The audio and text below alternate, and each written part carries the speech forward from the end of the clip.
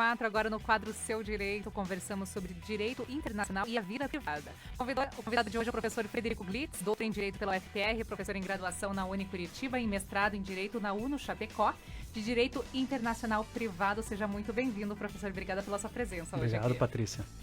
Bom, professor, primeiramente, direito internacional privado, direito internacional, vida privada.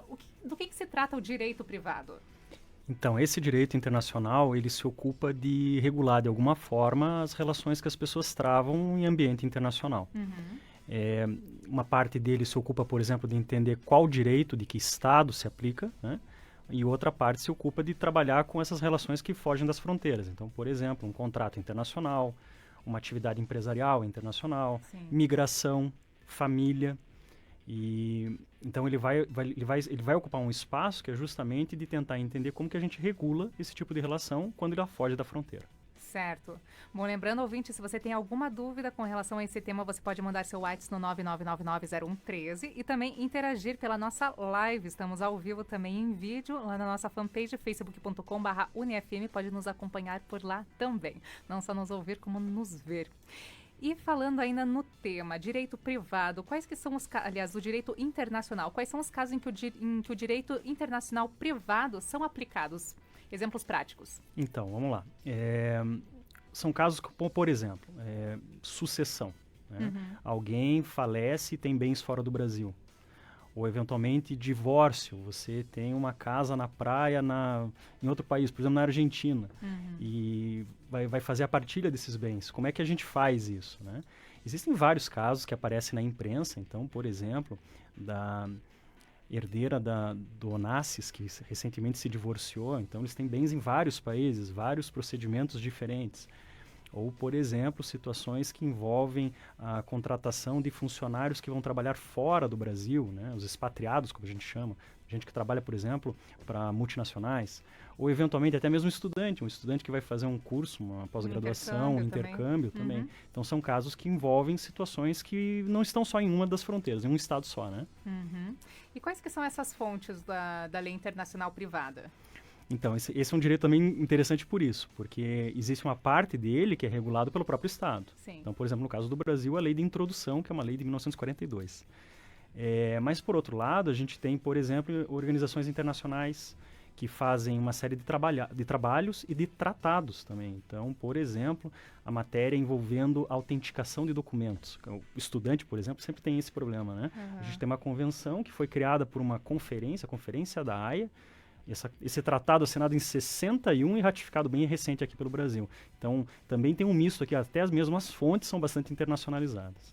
Mas o que prevalece? Qual que é o peso de cada fonte que você for utilizar? Quais são as fontes utilizadas, né? Dentre elas, qual que é a que mais prevalece? Qual que é a hierarquia? Então, a gente tem uma situação também interessante, porque obviamente, que elas ocupam seus lugares especiais, né? Então, por exemplo, quando elas são trazidas para dentro do direito brasileiro, um tratado internacional, por exemplo, quando vira lei no Brasil, ele pode ter diferentes naturezas. Não só, por exemplo, como de lei ordinária.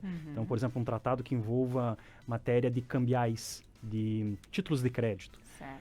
Isso tem natureza de lei ordinária. Mas, por exemplo, um tratado de direitos humanos vai ter natureza de emenda constitucional, como ele for recebido. Fora isso, então, fora a questão do Estado trazendo fontes, trazendo normas para dentro do seu território, a gente também tem algumas situações em que, apesar do Estado, ou melhor, na omissão do Estado, essas normas encontram um lugar e acabam se colocando dentro do direito brasileiro. Então, por exemplo, costumes e práticas contratuais. O Estado não se ocupa disso, organizações internacionais, normalmente de índole privada, fazem, até para facilitar o comércio. O mais famoso desses exemplos são chamados Incoterms, que são cláusulas padrão do contrato de transporte, por exemplo, de compra-venda internacional. E esses modelos acabam vindo para o Brasil porque eles são muito úteis, ou porque, eventualmente, criados por uma instituição de referência. Então, na verdade, a gente tem não só fontes que vêm para o Estado porque o Estado cria, vem para o Estado porque ele participa de tratados internacionais, mas até mesmo situações em que a gente tem alguma regulamentação que é de origem privada mesmo. situações e situações. Agora, 12h39, se você tiver alguma dúvida, pode interagir com a gente. Hoje estamos conversando aqui no estúdio da UniFM com o professor Frederico Glitz, doutor em Direito pela UFPR, professor em graduação e em mestrado de Direito Internacional Privado. O tema hoje é Direito Internacional e a Vida Privada. Lembrando também que estamos com live ali na nossa fanpage, facebook.com/UniFM, pode nos assistir por lá também. Já voltamos a conversar aqui no estúdio, agora ficamos com música.